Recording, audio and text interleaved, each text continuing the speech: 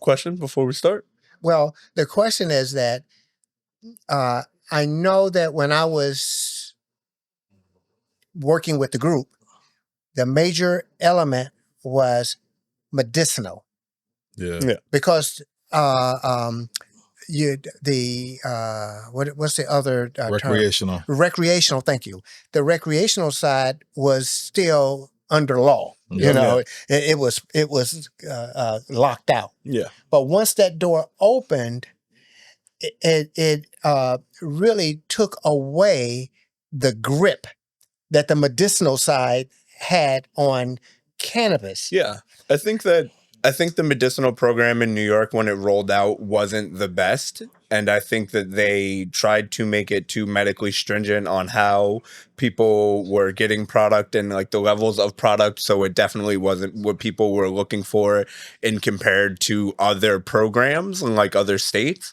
I think recreationally, they kind of just opened it with no dispensaries open, and it was kind of just a floodgate in the Wild West. So now they're starting to clean up, shutting down this illegal dispensaries, starting to open up more places. So it's getting back up to a spot, but it's definitely not where it should have been for rolling out said program. Mm-hmm. But you know, with us, I think that when the tribe was originally voting on it, it was just medically here in New York. So that's where we were focusing and trying to put things. But then we saw just how stringent the program was and how difficult it was for people in the medical program within New York to get access.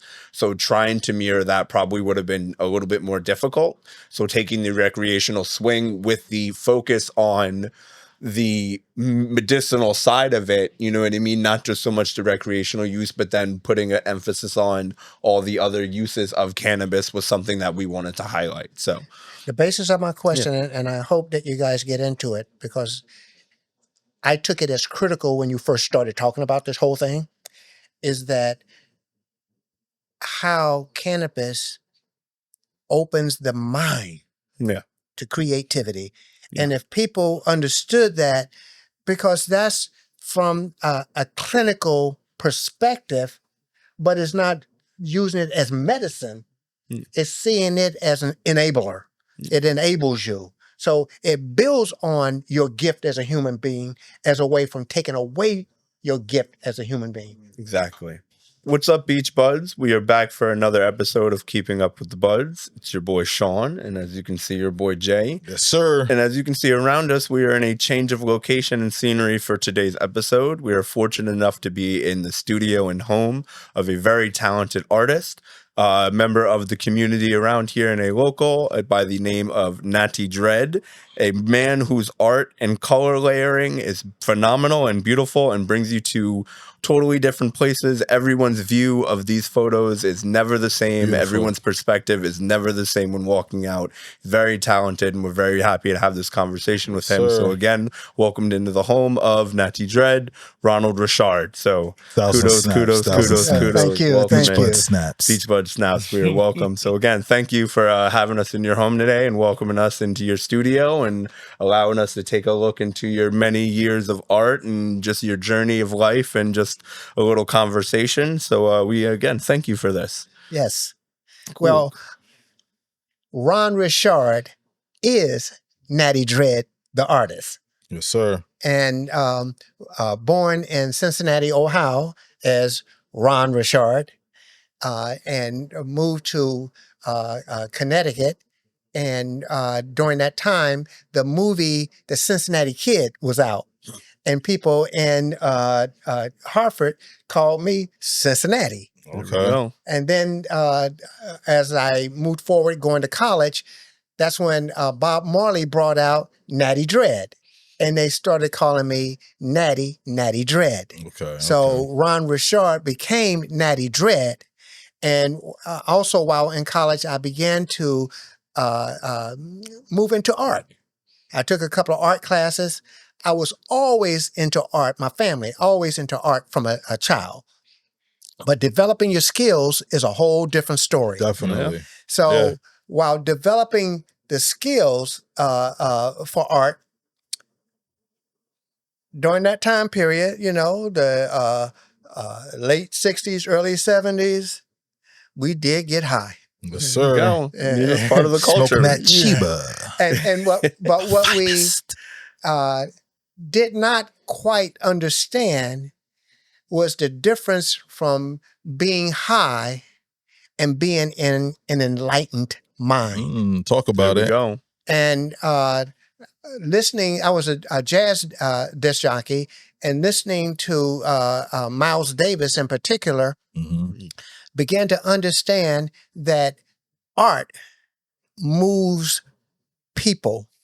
And when people would look at my art, they would be moved by it. Yeah.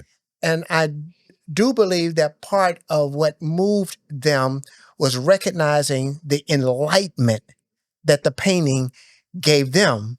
And then when we talk about it, we did recognize that being in that enlightened mind was a good place to be. There we go. And I, as I developed my talent, a lot of that development occurred while being part of Shinnecock. Okay. And the culture of Shinnecock appreciating what art brings to the community. Yes. There we go. And so it began to see how people saw the enlightenment through the art. And then sharing that with the community and different people in the community, particularly other artists, that further enabled me that when I'm painting, what's very, very critical is how to connect. Yeah, with those people. Yes. Yeah, of course. How to connect. There we go. And the more you look at my art, you look at what was the God-given, what was the gift. And the gift, when you look at the art, is how I do alignment. And the alignment comes from, like, for instance, you take how feathers fit into the culture of the people, how movement itself fits into the culture of the people. And that movement is not based around how much money can I make or how do I take the resources around me and just use them for myself personally, as opposed to using that development to share. And I believe that that's what cannabis does. It enables that mind to go into that area of sharing who you are. Yeah. No, we were talking a little bit off camera before, and we were talking about cannabis. And again, we when I was talking about it, I said I didn't like to use the word influenced. You know what I mean? When I talk about your relationship with cannabis when it comes to your art, because I don't think it influences you on anything. I think it enhances what's already there. I think it uplifts what's already there. Yes. I think to use the term influence is kind of to take over. You know what I mean? And I don't think cannabis influences anything in that way. It uplifts. You know what I mean? And I think that it did a great job or a beautiful job of uplifting you, because if this is the result of your relation with cannabis to art, you know what I mean? This is amazing. So you touched on a little bit on taking, different aspects of the culture that you've now been a part of and, being a part of this and putting it in your art. But how did your love for color, obviously, and your amazing talent for being able to blend colors together and seeing these color patterns and these color waves and how they complement each other so well, where did that come from? You know what I mean? Like, where does that influence come from? Whether it be your love of jazz and music, and you see the flow of things, does the flow of things and kind of that kind of waviness help when it comes to setting ideas for colors and stuff like that? I would say that my spiritual connection is major. And when some people see a painting, they may see a picture of a barn, they may see a picture of a person, but that picture is what's already there because they've seen it physically. When you see my art, it's not already there because it's never been here before. And that's what the cannabis does. It enables to go through another door that most people only go through the door of physical. If they can't physically relate see to it it and reflect on it, then never happened. it doesn't happen. But what I do particularly when painting is, if you saw something in outer space, how do you bring that to someone here without them, like some people talking about aliens and they freak out. Oh, look at those aliens over there. And the first thing they would want to do is to shoot it down. No, don't look at my art and see it as an alien. Yeah. See it as a new beginning. Yeah. And I'm sharing with you a place that I've gone to and experienced, and I'm sharing it with you so that we can experience it together. Yeah. No, that's beautiful. That's a beautiful way to look at it. And again, looking at this art, you can definitely see that experience and that way of definitely looking at something new and being able to see all the different layers to it and all the different creative components. Like you said, it's like nothing you've ever seen before, because every time you look at it, you're seeing something different almost. Yeah. You know but what I mean? do see one thing that I see in all of them is people. You know, I see a blend of different variations of different people from different cultures, I see just also how your enlightenment of being connected with cannabis when you may or may not be doing your art, that it if you are, right, and partaking in cannabis during that time or before that time, how you were saying how it enlightens other people, right? It enlightens them in a different way because they might not be they might not be, consuming at that point in time, but when they see the art, they immediately become like, oh wow, like astonished, enthused. They're almost transcended into that. You know what I mean? They're brought into it without having to be a part of it. That's a different kind of enlightenment. Yeah. That's a different kind of story to tell, a different kind of place that it brings people in. And like it's almost important to deep dive into where these ideas of what you see or what you've done, where do they bring you during that course in time? Like, is there any, like, when you're doing the art, when you're creating certain set pieces, are you emotionally feeling a certain way when you're making them? Are there like any kind of like proud, or I'm feeling sad? Like, how do you kind of translate your art in that sense? Yeah, that's not easy. No, to respond to. But you can see it within the person's. Yeah, the expressions in the art. You can exactly. Yeah, no, legit. Because it's telling a story still without needing to tell a written story out. You know what I mean? Like, if I can answer it the best way I can. Yeah. That when the two of you came, I immediately tune into you through your expression, your comments, but more than anything, how you're looking at it. And you said something a moment ago that I think is critical. And when this is over, I'm going to ask you to do it. There are faces. Oh, yeah. So many faces. So many faces. Expressions of faces, different parts of faces, two faces together. They're just there's just so many layers to each photo. Yeah. And it's crazy. Like you said, the first time I came down here into the studio, into this space, I grew up, you know what I mean, coming to your house as a boy. My older brother and your son Daniel were friends. Yeah. And I spent time running around this house and in this yard, and you know what I mean? Never did I know that this was here in the basement. Yeah. Never did I know that this art was here. Never did I know that this creative space was here, that this was taking place. And it's so crazy to me that, you know what I mean, that you never know what someone is doing. Yeah. You never know what someone's capable of. You never know what someone's talents are. You never know what someone's got going on. And to be able to be exposed to this and to be open into this, I'm honored. And it's really awesome that we're getting to be able to show some more of this and bring some more of this to light. So this is I'm a fan of no limits, you know. Yeah. I hate limitations. And it's nice to see that a lot of the people from our nation are starting to, or have been,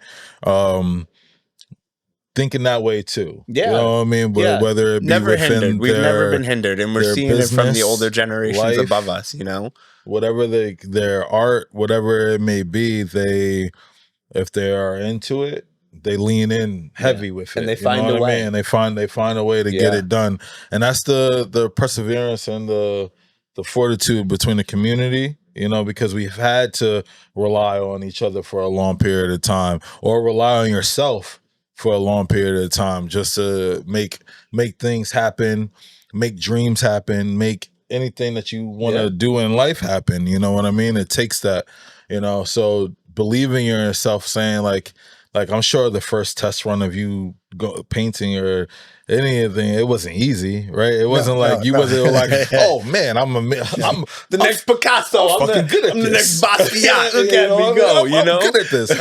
One of the things that is I felt critical about the community when I first started coming here. Everybody waved to each other. Absolutely. And they smiled to each other. They greeted one another. Absolutely. And that was a demonstration of community. Yeah. You know what's funny? I just moved off of here, and I had to get into the habit of not waving into everyone that I drive past on my block. They'll just be like, hey, and they're just looking at me like, who is that? And I'm like, oh, yeah, we don't know each other. Sorry. Yeah. It's nice to see, though, when you are in town or somewhere else, and someone's just like, what up? Yeah. I'd be like, oh, all right, you're decent. Yeah. There it is. You're a normal person, I guess. You know what I mean? But yeah, that's what's up. What age did you really start kind of like diving into art though? You said around college, right?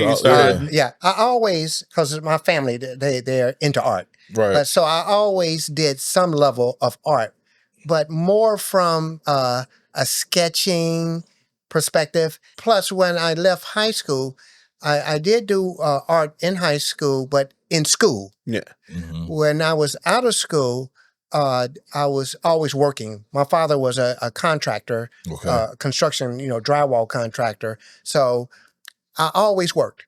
So there was no time to get into the art. Although, and I'll show you where we go upstairs, I'll show you that the ceiling upstairs, we did stucco. Okay, yeah. So when I was doing the stucco, I was putting designs in it. I was gonna say, that was putting your whole mark on it. Yes, and the builder. One time I did that. The builder came in and he saw that and he said to my father, he says, "John, you did that?" He said, "My son." He says, "Could you do all of the walls like that?" Above his times. He was out there making architectural design moves before it was a thing, Absolutely. And also when I was in high school, my desire was to become an architect. Okay. So I was always into building designs and so on. But once I started taking art in college, the art instructor, he paid attention to your own gift, your style. Yeah. And that's where the lines hone in on that. That was my next question is like, what kind of base is this? Like, what kind of art do you consider this? Like, what do you use? Surrealism. Okay. Surrealism and acrylic is the paint that I use is acrylic. Why? Because when I first start my paintings, I just start off with water. I just spray water all over the canvas. Right. Then I take the paint straight out of the tube and go over the canvas with it, and movement becomes important because movement is what begins a face. Movement is what begins a figure. A feature. Yeah. Yes. It gives shape. That's right. It gives shape. Then once it dries, I sit back and I stare at it, and that's where cannabis does become important. There you go. You see what's in there. Yes. My music, the jazz, that becomes important. There we go. And now I'm sitting back, allowing creativity to come to me. All right. Yeah. And then I have to allow that door to open in the mind that's saying, this is good. There you This go. is good. This is it. And Yeah, I rock with this. I Yeah, feel like yeah. that's the like creative process for a lot of artists and across all mediums. I feel like they have to wait for, it comes to them. It's like something from, again, like you said, on the other side of that door that is there for you, that you have personal access to, that's yours, you know what I mean? That you open, and then there it is. It's like something's there waiting for you, you know what I mean? It's so crazy that the human mind is like capable of that, you know what I mean? And we're all capable of kind of compartmentalizing that same idea, you know what I mean? That's like, because that's a crazy thing to think, like, what do you mean there's a door and you open the door and then there's something creative there waiting for you? Like, no, that's really seems to be the process for people. And that's crazy, that of course cannabis can be a channel or a vessel into that creative space, and it helps. It's it a helps gateway drug. no, the drug of creativity and awesomeness, you know what I mean? But to even call it a drug, exactly. Yeah, no, it's misrepresented. It is. It completely is. Completely is. Menacing. It's ominous when that's why I said the term influence. The term influence is it's harsh for me. I feel like, it's influence. Like, we mean something influenced me. No, man, it helped me. It guided me along, as we said earlier, the path that's laid before us. You know what I mean? Because we all have paths that are laid before us, but we all have to walk those paths. Gotta walk the path. And we all experience them in different ways. We may stray off a little bit. We may bumper, you know what I mean? So maybe some roots overgrown on that path or a brick out of place, but you know what I mean? We're all on a path, and we get there through these different channels, and you found yours through art and through this. This is beautiful. I think one of the areas, if I was reading you correctly, that I don't know if you know that I was in the ministry. Oh, really? Yes. Okay. Certified minister. You used to, if I'm not mistaken, Church of God in Christ on the Hill. On the Hill, yeah. I remember went there as a kid. Yes. With you on Sundays, and then with Daniel. Yes. I remember that. And what becomes critical is that religion closed doors to a lot of our natural selves. And the idea is to harness you and put borders around you. Mm-hmm. And the only way to remove those borders is to become open-minded. Mm. You got to open that door so that the gifts of the true spirit can come in. Not that it's about materialism. And when we get stuck in materialism, we lock the door to inventing. We lock the door to development, to creativity and possibility, all of those things. And what becomes important is for us to welcome other people, their thoughts, their beliefs, and so on. And you said that a lot of the faces, you can see the different cultures in those faces. It's not just one face. No. Absolutely. It's world. Yeah. It's world. Yeah, we're people. We are all people on this. People like to be represented, rock, right? Like when you look at some of the artwork, you're like, wow, you could almost put yourself sometimes in those paintings, right? Living through those scenarios. And even if you are of African descent, indigenous descent, the Caucasus Mountains descent, you know what I mean? They all get enlightened at a sense of like,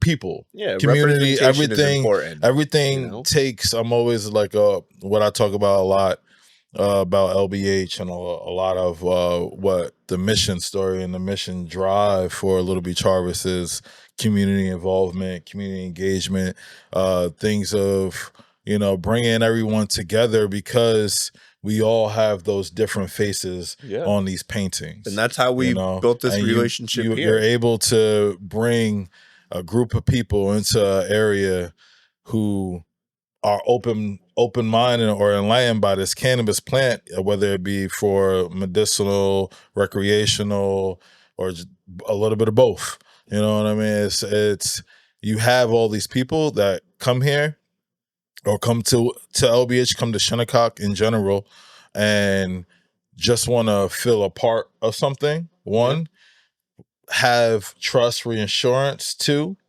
and have community You know, you have so many different people that come from all these different backgrounds, Europe, Florida, all kinds of crazy places that people come from.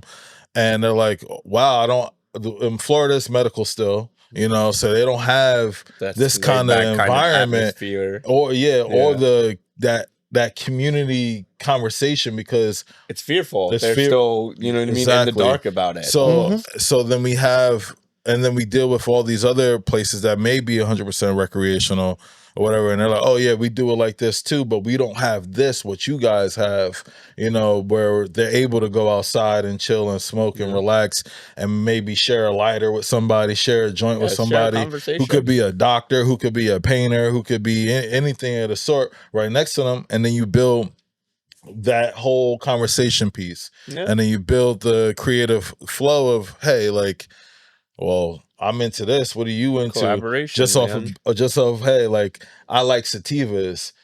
Oh yeah, me too. What are you smoking? Exactly. You know what I mean? Conversation starter, and then it goes hand in hand like that.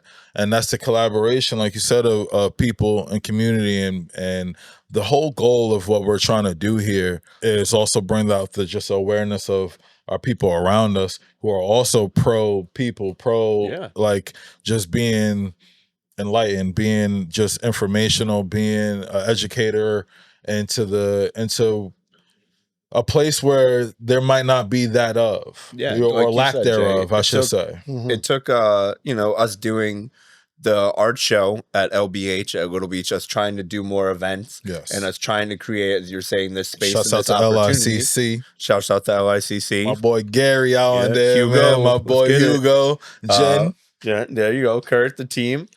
So shout out to the people that, again, helped us put that event together. And it takes us, again, as you're saying, building a community, doing events like that at Little Beach to build relations like this, because that's how we got in touch with Ron and found out about his art, was trying to find members of the community to create a space for them to showcase their talent, to showcase their art. And again, it's crazy that known this man basically my whole life, never knew that this was here. And through Little Beach Harvest and the work that we're trying to do and the community that we're trying to build, I was able to learn about a whole nother aspect of this gentleman's life, you know what I mean? And connect to him on a different way and learn from him on a different level and have these kind of conversations. And it takes a community and a spot like Little Beach Harvest to do things like that. And it's nice that a lot of the people who actually put us in touch with Ron were from LBH and of the community. Yeah, you know, like, hey, why don't you reach out? Like, and he reached out. He took it upon himself and the initiative to want to,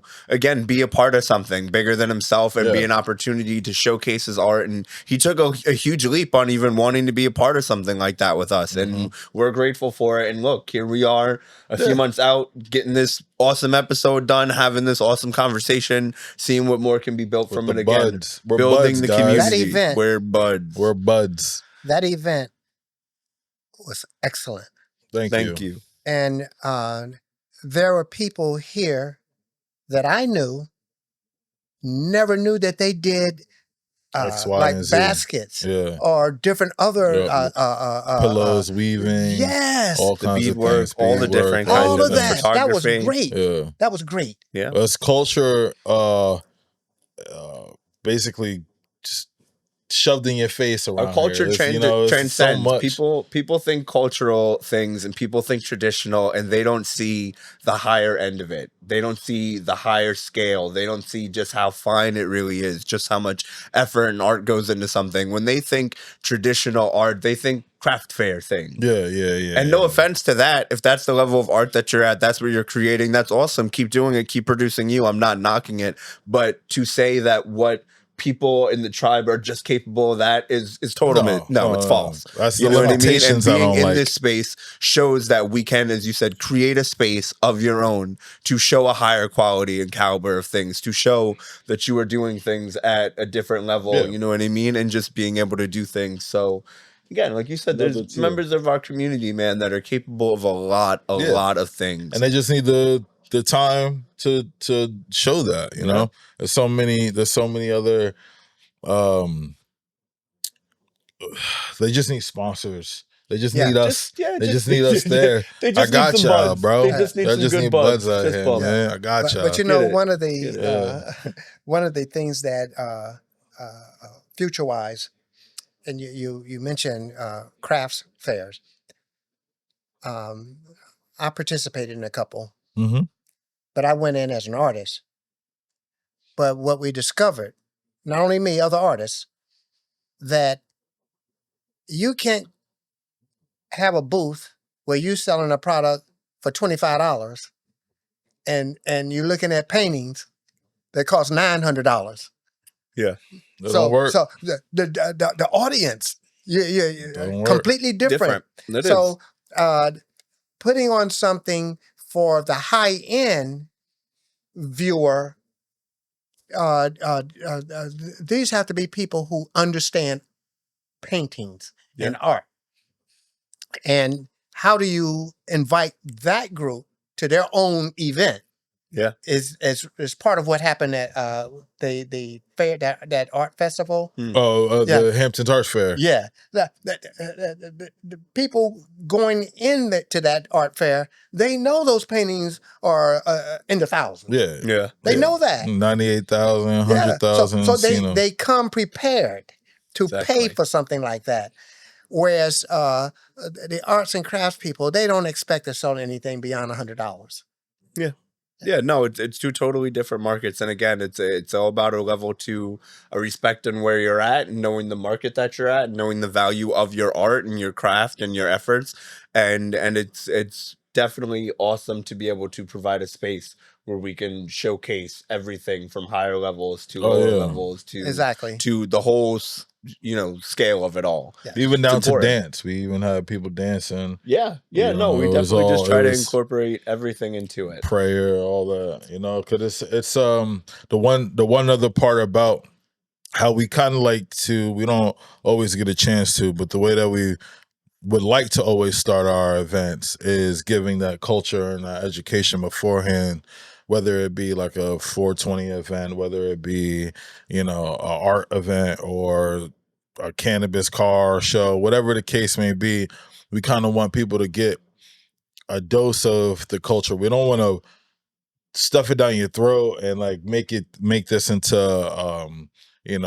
a museum, a history museum or something like that. But it's important to, at least I always say, for you to know where you're at, who you're doing business with, who you're talking to, who you're working with, who's in your community. It's important to make those kinds of strides and those engagements with everyone. That way there isn't ever a question about who's on your side when they show up to your place. Yeah. I like to educate even the brands that we work with, if they have people come by, like reps for them, anything like that, like it's important. Anybody who we do business with in the future or now, they're always briefed upon what kind of cultural place awareness that they're walking into, that things may not be the same as where they are or where they work, because in a different way because a little of who different. we are. Yeah. So but that's just how our people are set, but we are working to better me and you specifically, I know for a fact, are working to build our communications and involvement outside of our territory, and build and bring back.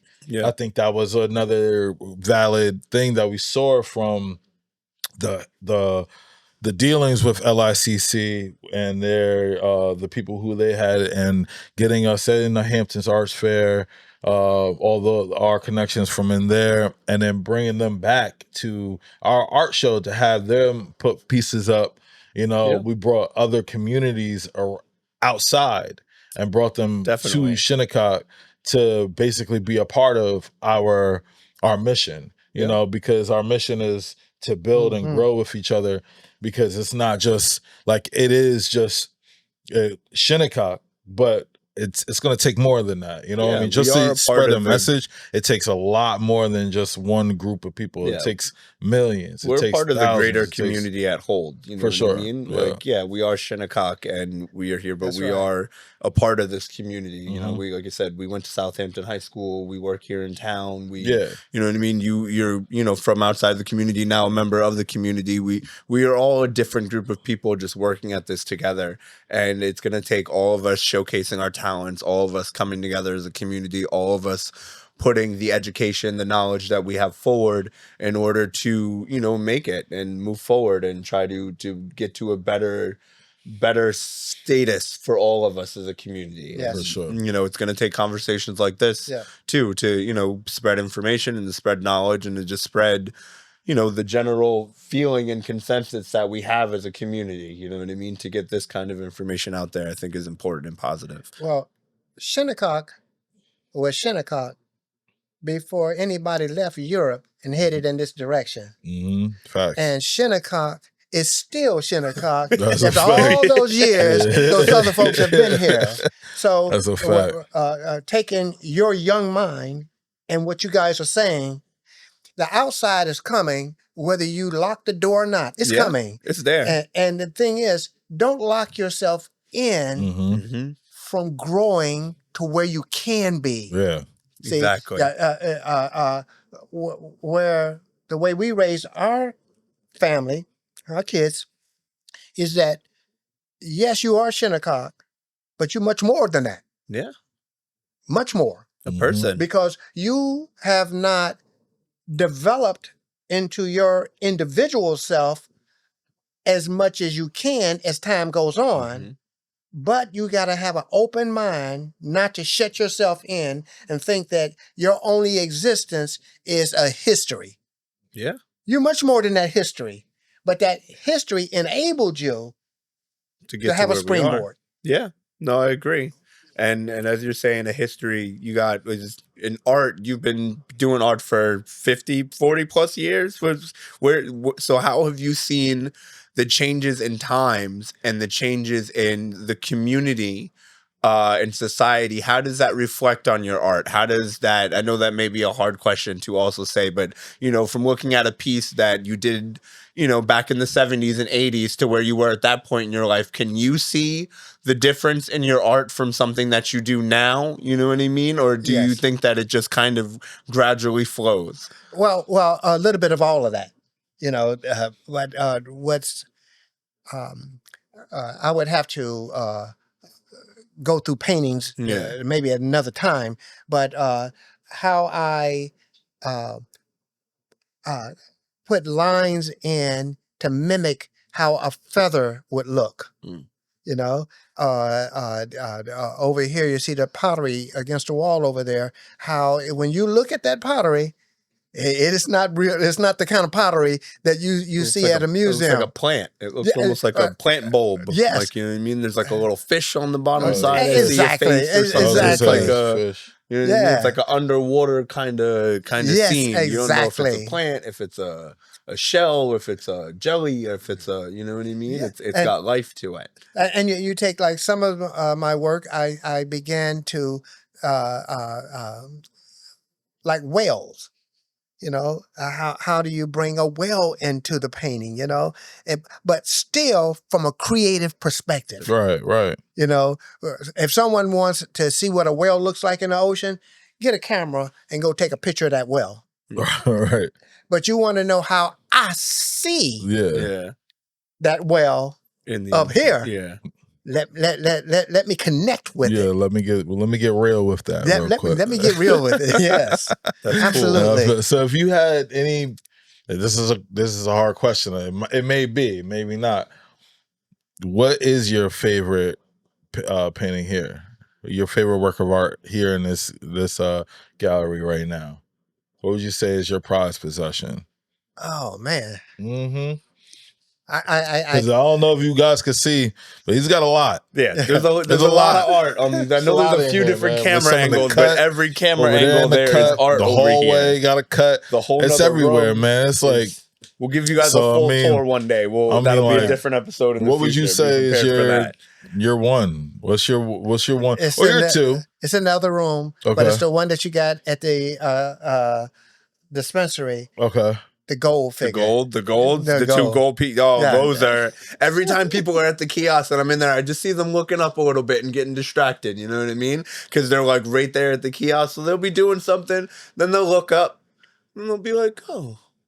And they'll be like, oh yeah, I was doing this. You know what I mean? Or while somebody else is on the kiosk, the person next to them is just standing there staring at it like, oh, you know what I mean? So, but no, those are two really awesome pieces. Yes. Yeah, those are nice. They're framed beautifully too. They are. Yeah, I like We'll have to those. get some still shots of those so you guys can see those too. They're awesome. But Yeah, for sure. But again, even the colors in those, even though they're not the like fluorescent colors, they're not the bright colors, there's gold, there's black, there's silver, there's, you know what I mean? There's all these kind of natural earth colors, but the way they're all layered together, it doesn't look anywhere dark on the page. It's still bright. It's still, you know what I mean, vibrant. Like it truly does show the mastery of lines and colors the way that you do, and the way that you said architecture. You can tell that there's layers to the painting on how you've laid it on the page. You know what I mean? It started with one layer and then built to the next. You know what I mean? It's almost like blueprints folding over on themselves. You know what I mean? It's how sometimes when I see your pieces that have the really fine line work,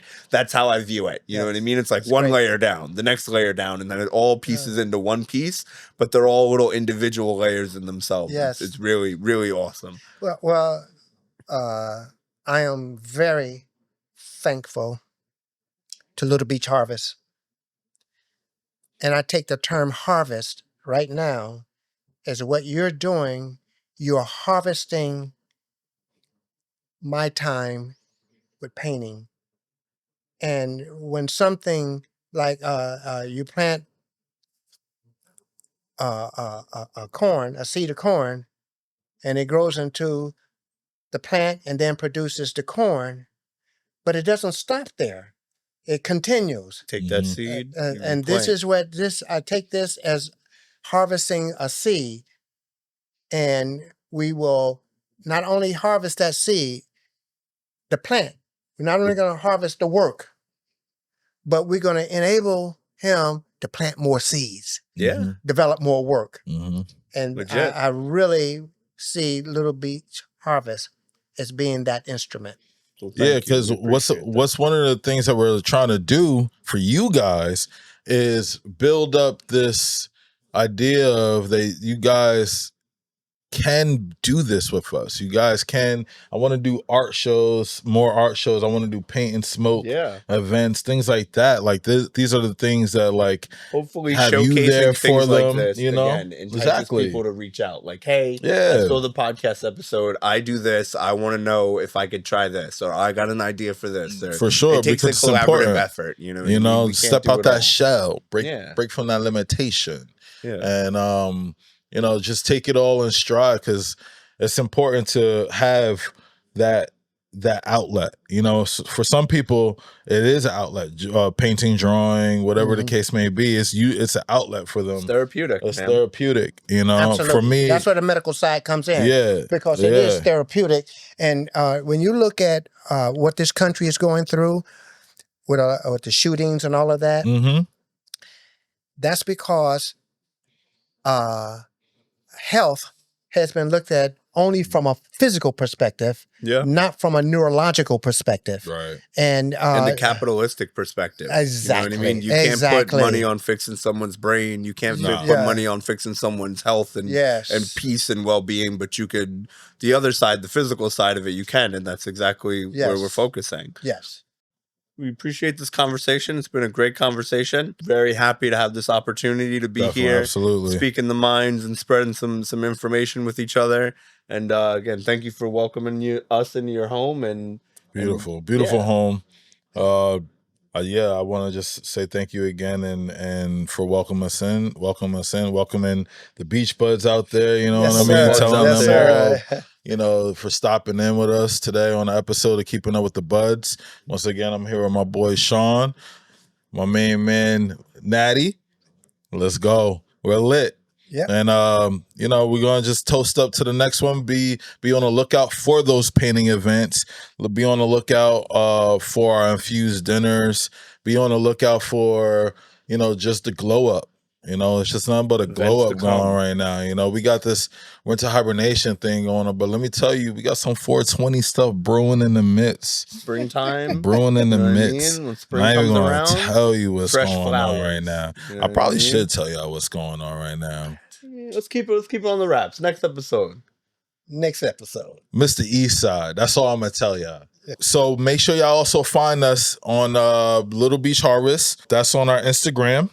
Make sure you follow us on Little Beach Harvest Dispensary on Facebook. And purchase all products, obviously, from littlebeachharvest.org. You know what I mean? All your necessary needs. We got canned for you. We got your pre-rolls. We got your smoke. We got your flour. Got your concentrates. Got everything you need, man. Sativas, hybrids, all lab tested. All of us Certified, holler safe, at us, man. healthy, Tax-free. happy Yes, product. sir. I'll be in the lab signing it off. Clipboards. You know what I mean? With Science. my monocle on. Like, is this the perfect terp? Yes. The answer is yes. I look out for y'all. You know what I mean? So make sure y'all follow us on all those sites and stay tuned for more, baby.